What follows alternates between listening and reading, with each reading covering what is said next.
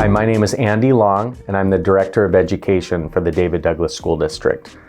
In David Douglas, the Director of Education plays many hats. Primarily, I sit on our superintendent's cabinet. I get the opportunity to interact with the community, potentially when there's conflicts, and then I also get to mentor and coach or evaluate all of our principals. What are you most excited about this year? Well, most excited about the beginning of the school year, where we were able to get back in person. I know that last year we did the very best that we possibly could after being in CDL, and I think we did some great things in CDL, and I also think CDL worked really well for some of our students. But there's nothing like that in-person experience in David Douglas, and I'm really glad that we are able to all be back in person. How do you encompass equity as a leader? The first thing I try to do is model equitable behaviors with everyone that I'm with.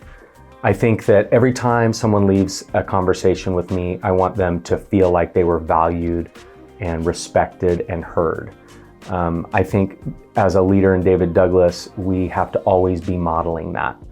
I also think that it's important for us or for myself, to always be listening and to reflect on not only my own thinking, but potentially what things that maybe I've helped put into action. I want to listen to those around me to provide feedback to make sure that I am on the right track and that I am thinking of maybe other cultures other than myself and my own dominant culture, I'll say. I think it's really important to be someone who is constantly learning. And I think if I'm going to sit alongside our administrators and do some of this work, I need to be learning it myself. And I like that. I like that work. And I think the direction that we're going in our district is only helping students and families. And I think I need to always be a part of that. And the way that I do that is, like I said, not only by having conversations, but also by getting in the work with our administrators, listening to our teachers, and listening to families and students. How do you include the David Douglas School District equity lens when making district-wide decisions? Well, when we make decisions, I think it's important that we pause and think. Oftentimes, I think we feel pressure to make decisions quick, but I think it's so critical. And sometimes we need to do that, but we try to pause and think about how is this idea or this initiative or whatever it is we're trying to roll out, how does this truly affect all people in our community? I think that we need to be intentional around the impact that we want. And the equity lens that we have is brilliant because it allows us to stop and think about the people that are or could be affected in the decisions that we make. What is your role in the implementation of a racially affirming school environment? I take that role very seriously, and I always have. Working in David Douglas, I think that our students and our families deserve to be respected and honored. And I feel like if I need to champion that. I think that I've learned over the years it's okay to be a little uncomfortable with that. It doesn't necessarily feel good in the moment, but that's how we learn and that's how we improve. And so I feel like we have a responsibility to show and model to our students that all of our cultures, all of our values are important. Because I do believe, regardless of age, our students are watching us. And even our youngest students, I always say, can sniff out whether we care about them or not. I think they can sniff out if we are authentic and if we really do care about them being in our buildings and being successful at school. I think we need to make sure that everyone in our district is affirmed. And it's my responsibility to ensure that the structures in the school are set up And so they are successful. And if they're not, I have to work with people involved alongside them and support them in improving those structures and systems, because the kids only have 1 year in 7th grade or 1 year in 3rd grade. And it's our job to make sure it's the best year they have. How will you use Youth Truth data to ensure equitable outcomes for students? I think we're so lucky to have the Youth Truth data. And here's why I think that. We have to pay attention to the perceptions of our community, not just our students, but our families too. And what a gift that we've asked our families and community and students, and they've told us what they think of our schools in record numbers. We've never had the amount of data that we have until this year. So I think that that is a gift and we have to act on it. Now, I think we need to be bold and we need to be transparent with that data. It's very easy to look at Youth Truth data and make excuses. I know that it's very challenging sometimes to look at the data, especially when it could be on the negative end. But we can't run away from that. We have to get ourselves into a mindset that we have to use this gift, as I'll call it, to improve. And I believe that we have to somehow make our improvement visible. So then our students feel the changes, or they feel the consistency if it's positive data, because we have plenty of data in our Youth Truth that's very positive too. And so we need to use that and continue with that. But the data that we want to change, we have to really lean into it and work together on, well, how can we improve this? And sometimes that takes some big time, different, bold decisions that we need to make that may not be popular with everyone.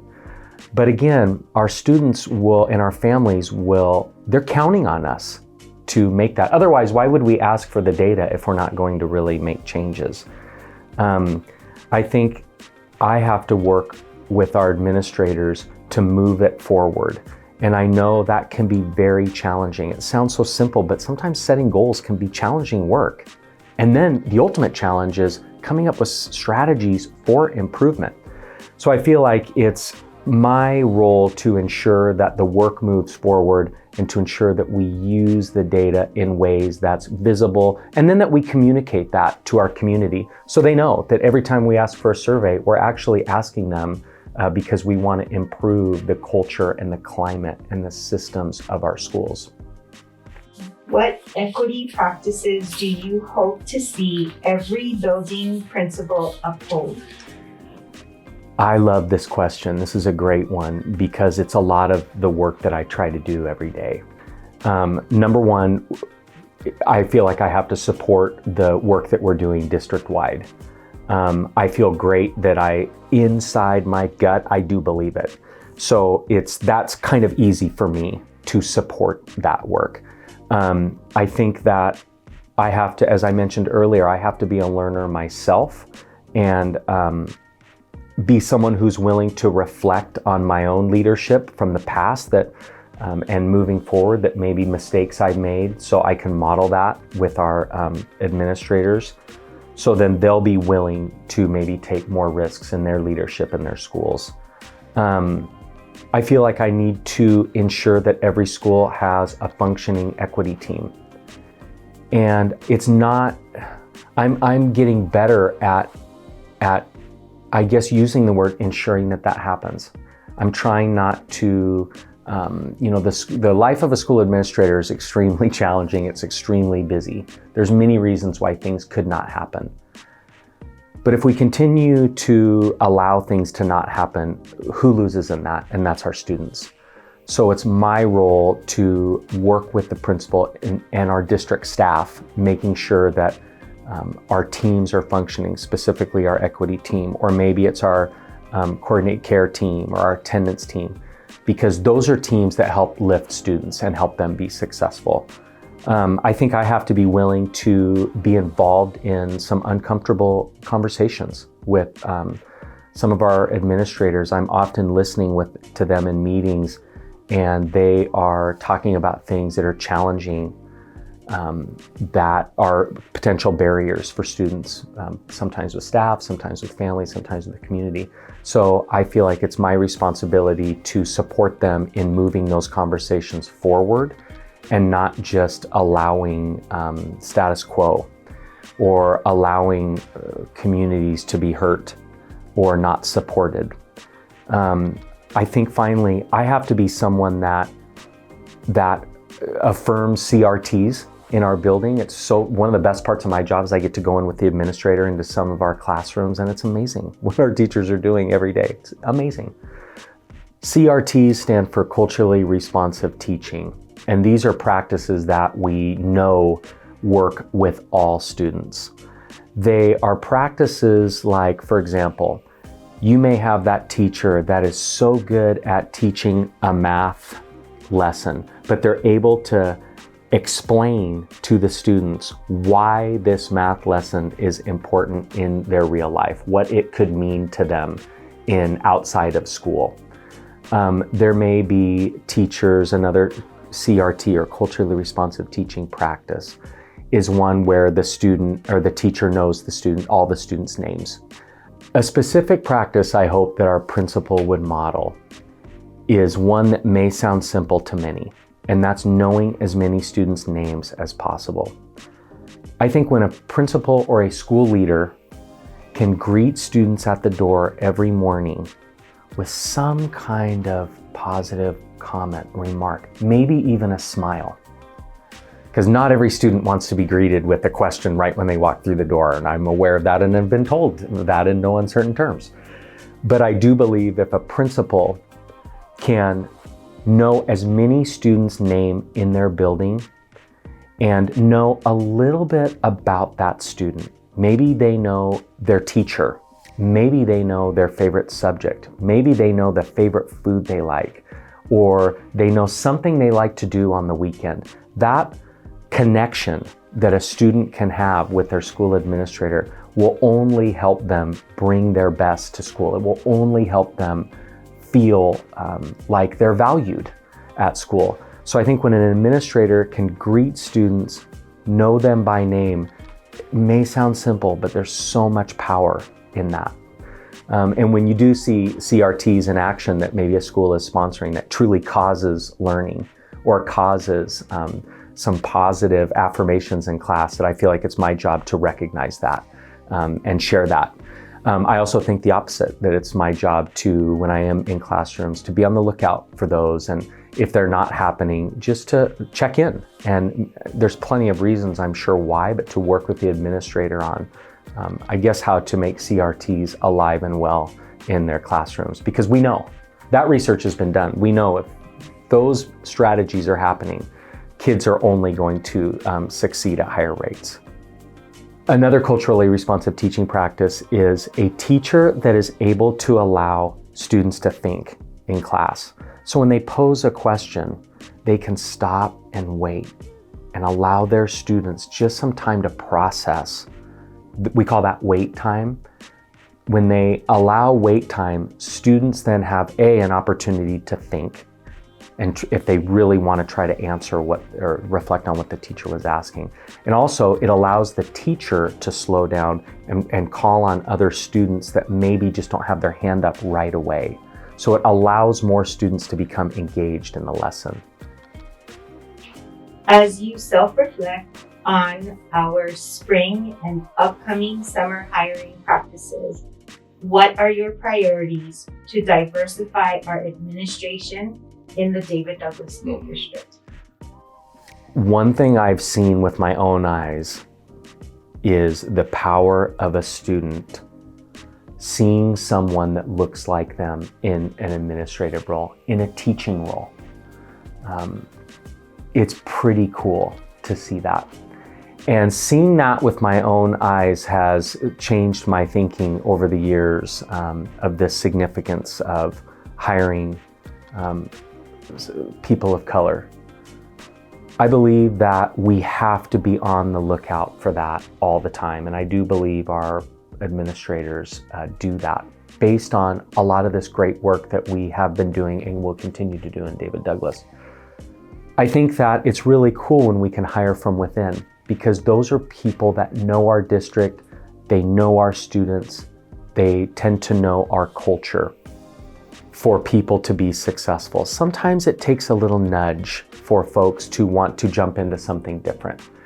We may have families out there that come into our schools that may just need a nudge. Hey, you would be a really good employee here. What do you think about becoming an assistant in our school and starting?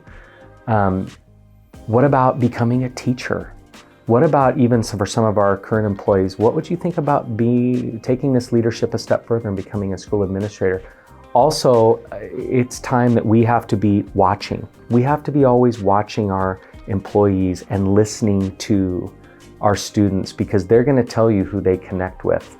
And I think if we're doing that, then we know who to shoulder tap. And if they're people jobs, like I'm saying, we can shoulder tap people and say, hey, what would you think about maybe jumping in to something different? And we can support you along the way. So one strategy that we've tried to do is create systems for that, that are local and that are financially appealing to people. And another thing that we do is we talk with people, we ask them, we connect with them about what are their goals and do they have next steps? Because sometimes that's what it takes for people, is just that little nudge and to think, well, someone thinks I can do that. Maybe I could do that too. So I think those are two really successful things that we've done this year. And I think really we're just scratching the surface on how we can be with growing our own here in David Douglas. I'm Andy Long. I'm our district's Director of Education, and I believe in equity.